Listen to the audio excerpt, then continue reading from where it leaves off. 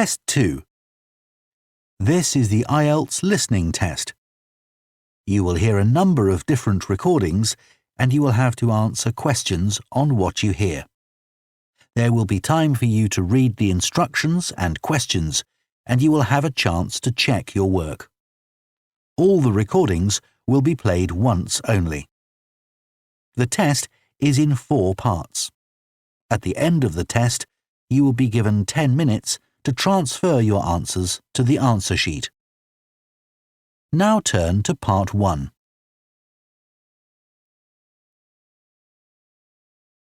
Part 1. You will hear a woman phoning a company that converts old photographs to digital format. First, you have some time to look at questions 1 to 3.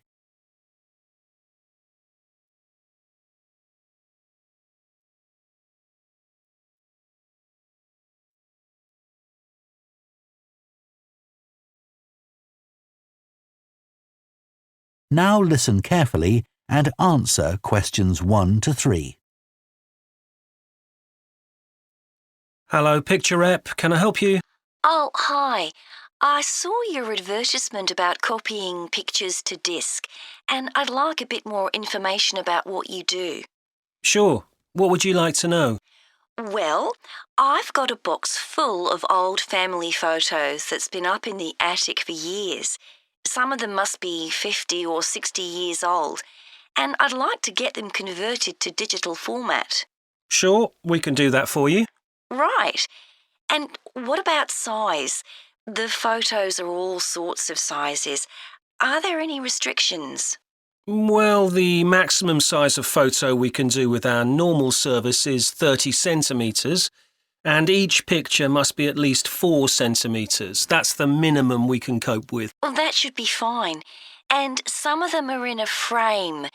Should I take them out before I send them? Yes, please. We can't copy them otherwise. And also the photos must all be separate. They mustn't be stuck into an album. OK, that's not a problem. So, can you give me an idea of how much this will cost? I've got about 360 photos, I think. We charge £195 for 300 to 400 photos for the basic service. OK, and does that include the disc? Yes, 1 disc, but you can get extra ones for £5 each. That's good. So, do I need to pay when I send you the photos? No, we won't need anything until we've actually copied the pictures. Then we'll let you know how much it is, and once we've received the payments, we'll send the parcel off to you. Right. Before you hear the rest of the conversation, you have some time to look at questions 4 to 10.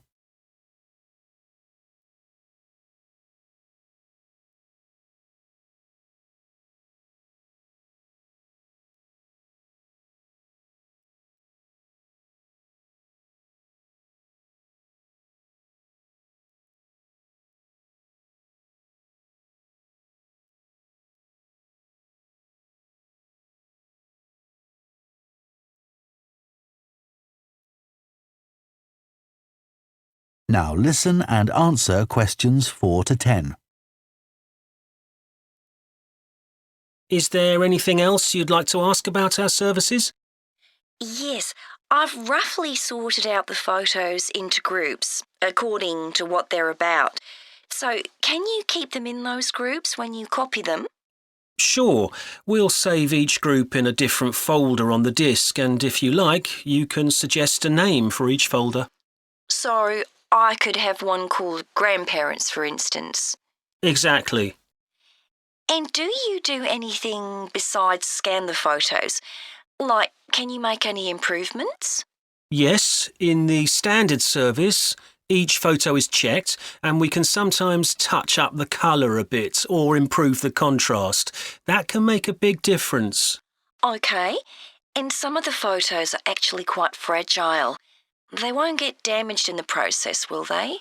No, if any look particularly fragile, we'd do them by hand. We do realise how precious these old photos can be. Sure. And another thing is we can make changes to a photo if you want. So if you want to remove an object from a photo or maybe alter the background, we can do that. Really? I might be interested in that. I'll have a look through the photos and see. Oh, and talking of fixing photos, I've got a few that aren't properly in focus. Can you do anything to make that better? No, I'm afraid that's one thing we can't do. Okay. Any other information I can give you? How long will it all take? We aim to get the copying done in 10 days. Fine. Right, well, I'll get the photos packed up in a box and post them off to you. Right. If you've got a strong cardboard box, that's best. We've found that plastic ones sometimes break in the post. Okay. Right, thanks for your help. Bye. Bye. That is the end of Part 1. You now have half a minute to check your answers to Part 1.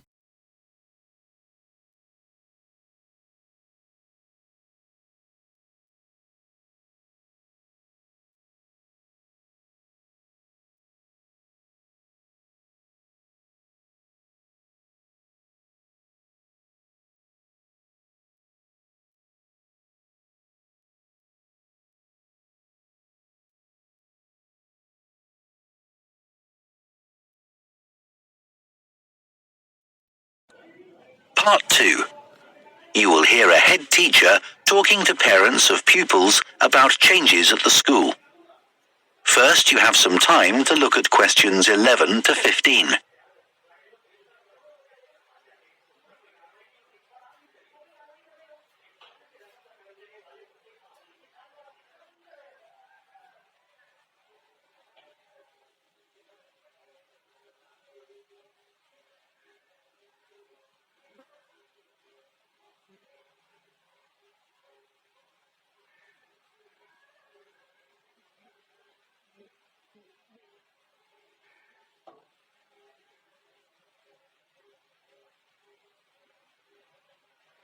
Now listen carefully and answer questions 11 to 15. Good morning, and thank you for coming here today. I'd like to bring you up to date with changes in the school that will affect your children. As you know, the school buildings date from various times, some from the 1970s, some from the last 5 years, and of course, Dartfield House is over a century old. It was commissioned by a businessman, Neville Richards, and intended as his family home, but he died before it was completed. His heir chose to sell it to the local council, who turned it into offices. A later plan to convert it into a tourist information centre didn't come about through lack of money, and instead it formed the nucleus of this school when it opened 40 years ago. The school has grown as the local population has increased, and I can now give you some news about the lower school site, which is separated from the main site by a road. Planning permission has been granted for development of both sites. The lower school will move to new buildings that will be constructed on the main site. Developers will construct houses on the existing lower school site. Work on the new school buildings should start within the next few months. A more imminent change concerns the catering facilities and the canteen. The canteen is always very busy throughout the lunch period. In fact, it's often full to capacity because a lot of our pupils like the food that's on offer there. But there's only one serving point, so most pupils have to wait a considerable time to be served. This is obviously unsatisfactory, as they may have hardly finished their lunch before afternoon lessons start. So, we've had a new food hall built, and this will come into use next week. It'll have several serving areas, and I'll give you more details about those in a minute. But one thing we ask you to do to help in the smooth running of the food hall is to discuss with your children each morning which type of food they want to eat that day, so they can go straight to the relevant serving point. There won't be any junk food. Everything on offer will be healthy, and there's no change to the current system of paying for lunches by topping up your child's electronic payment card online. You may be wondering what will happen to the old canteen. We'll still have tables and chairs in there, and pupils can eat food from the food hall or lunch they've brought from home. Eventually, we may use part of the canteen for storage, but first, we'll see how many pupils go in there at lunchtime. Before you hear the rest of the talk, you have some time to look at questions 16 to 20.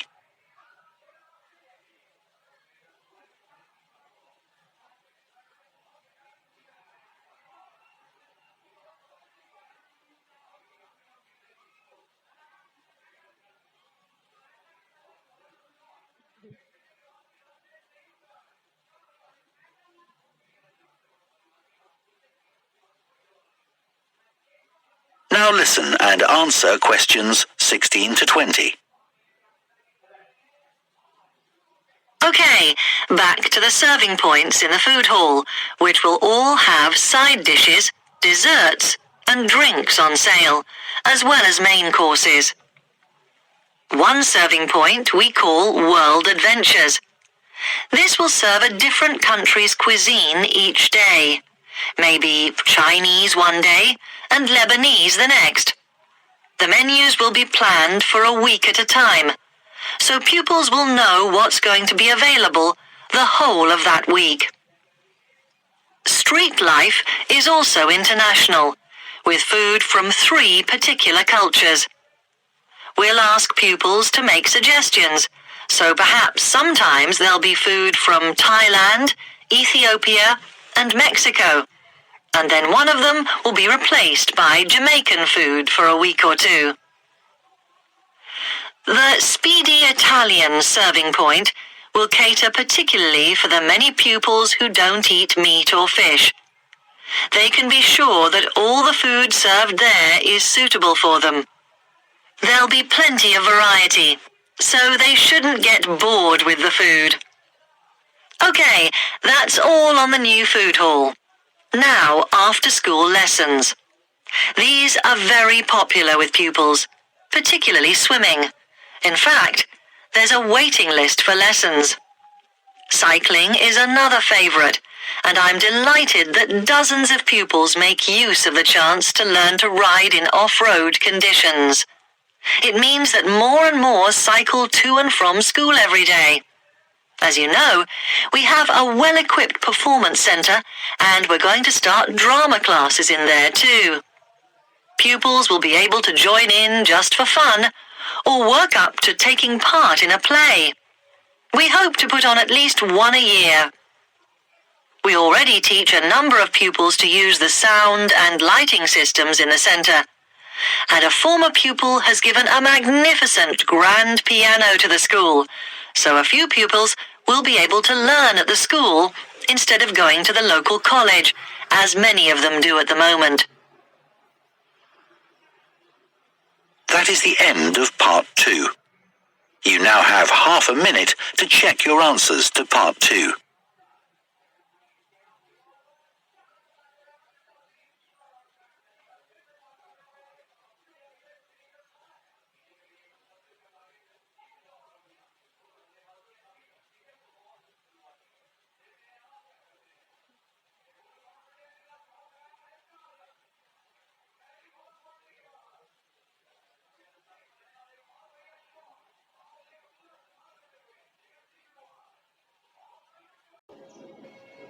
Part 3.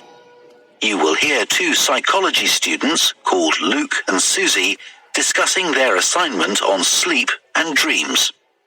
First, you have some time to look at questions 21 to 24.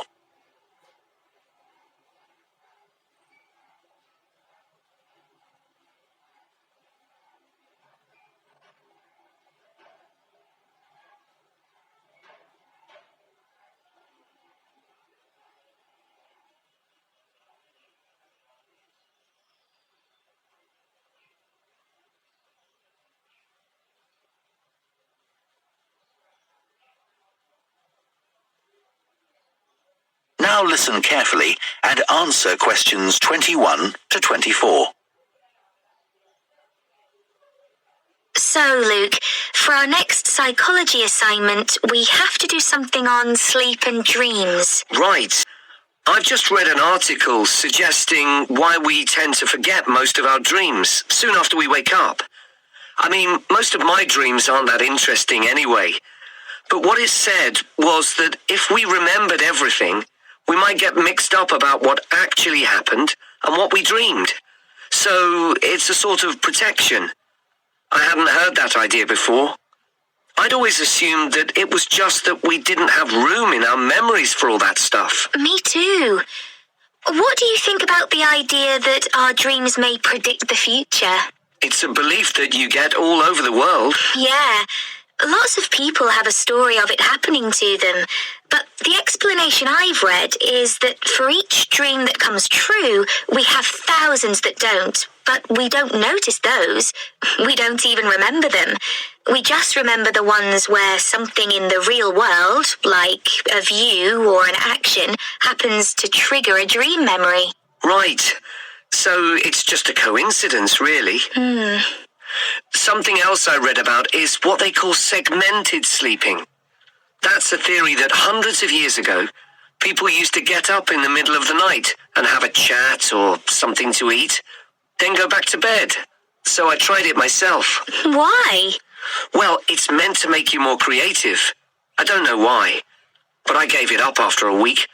It just didn't fit in with my lifestyle. But most preschool children have a short sleep in the day, don't they? There was an experiment some students did here last term to see at what age kids should stop having naps, but they didn't really find an answer. They spent a lot of time working out the most appropriate methodology, but the results didn't seem to show any obvious patterns. Right. Anyway, let's think about our assignment. Last time, I had problems with the final stage, where we had to describe and justify how successful we thought we'd been. I struggled a bit with the action plan, too. I was okay with the planning, but I got marked down for the self-assessment as well. And I had big problems with the statistical stuff. That's where I really lost marks. Right. Before you hear the rest of the discussion, you have some time to look at questions 25 to 30.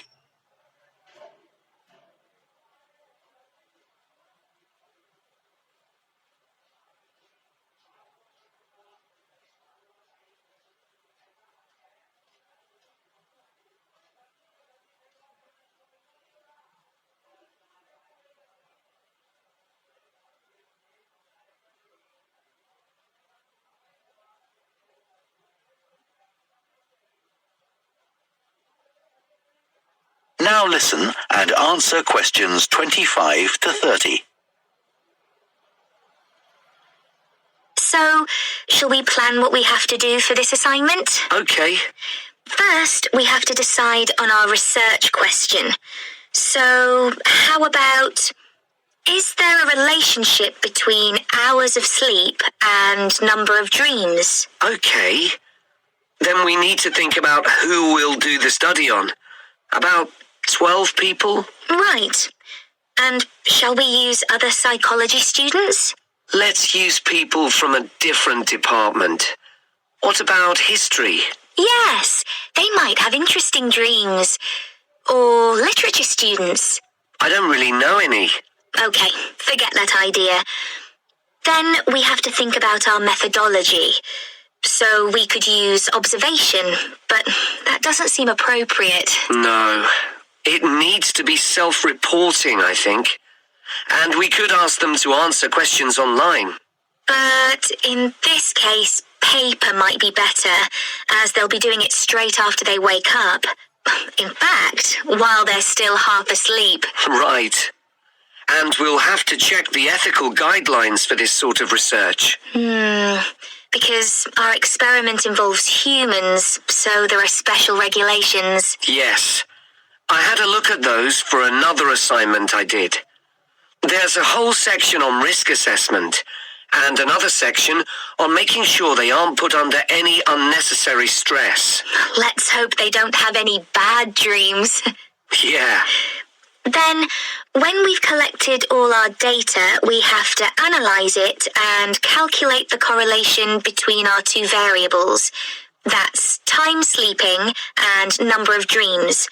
And then present our results visually in a graph. Right, and the final thing is to think about our research and evaluate it. So that seems quite straightforward. Yeah. So now let's get started. That is the end of part 3. You now have half a minute to check your answers to part 3.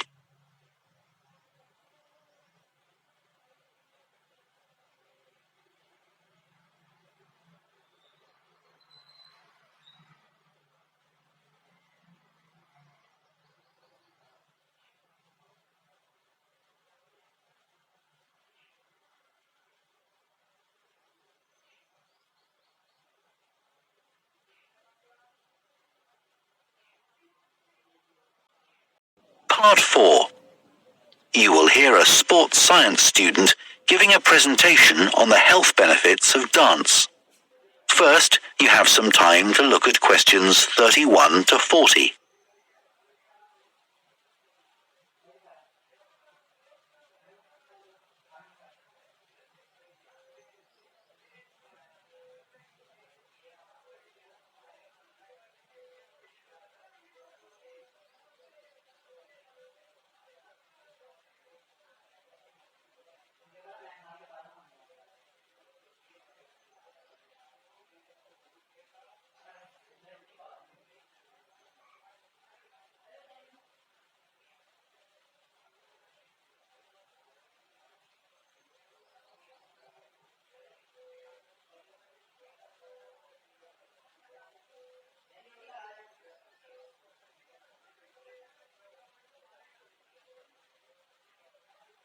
Now listen carefully and answer questions 31 to 40.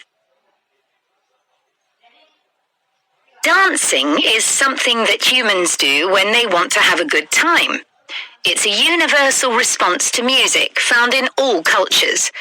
But what's only been discovered recently is that dancing not only makes us feel good, it's also extremely good for our health.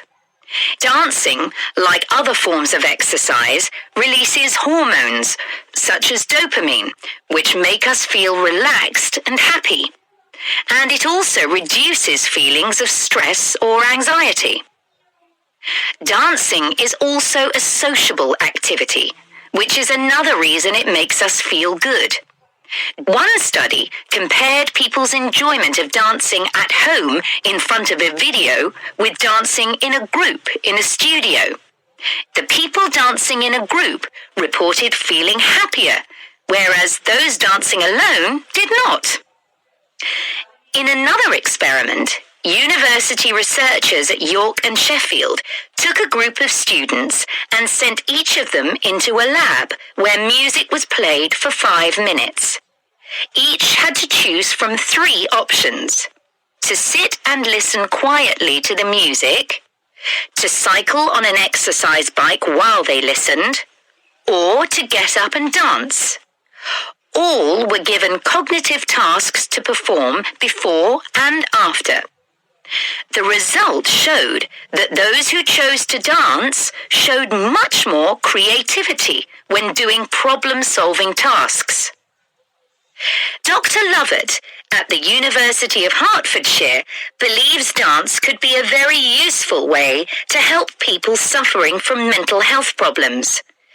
He thinks dance should be prescribed as therapy to help people overcome issues such as depression.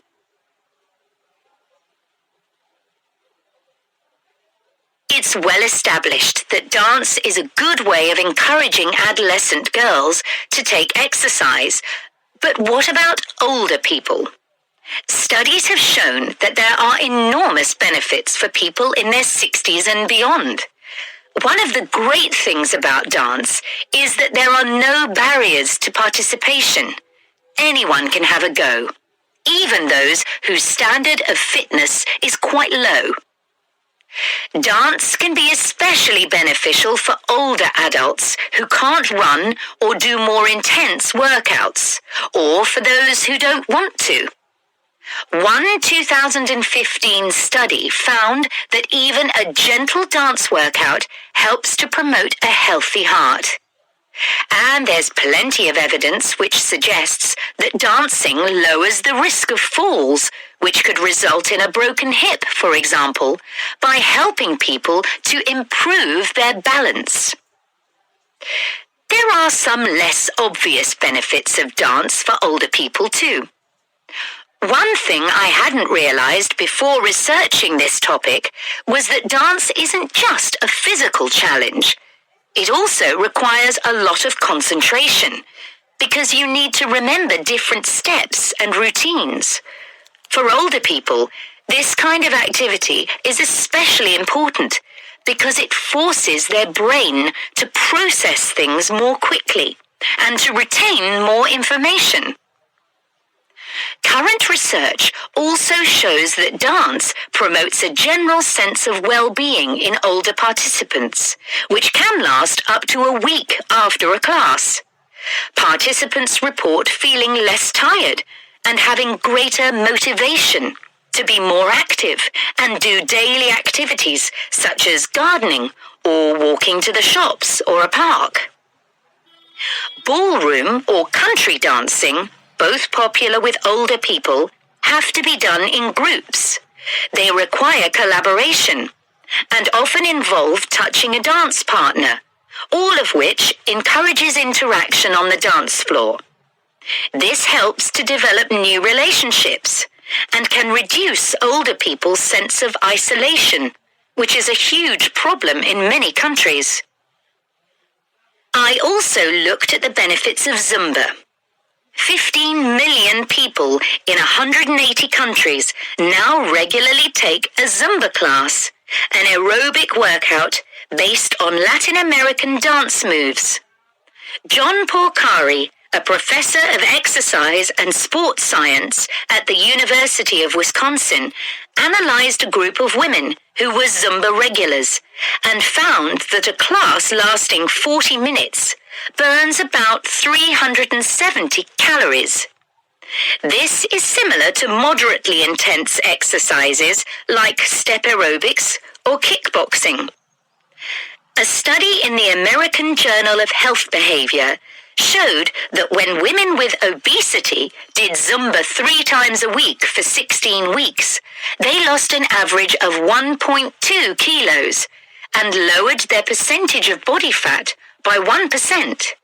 More importantly, the women enjoyed the class so much that they made it a habit and continued to attend classes at least once a week. Very unusual for an aerobic exercise program.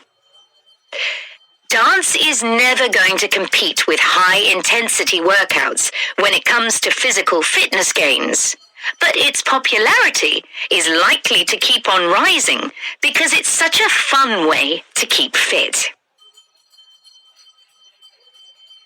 That is the end of part 4. You now have 1 minute to check your answers to part 4.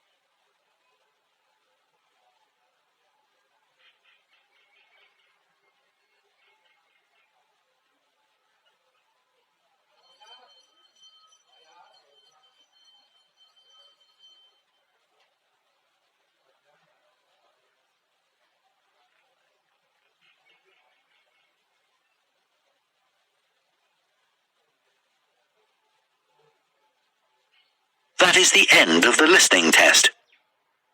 In the IELTS test, you would now have 10 minutes to transfer your answers to the answer sheet.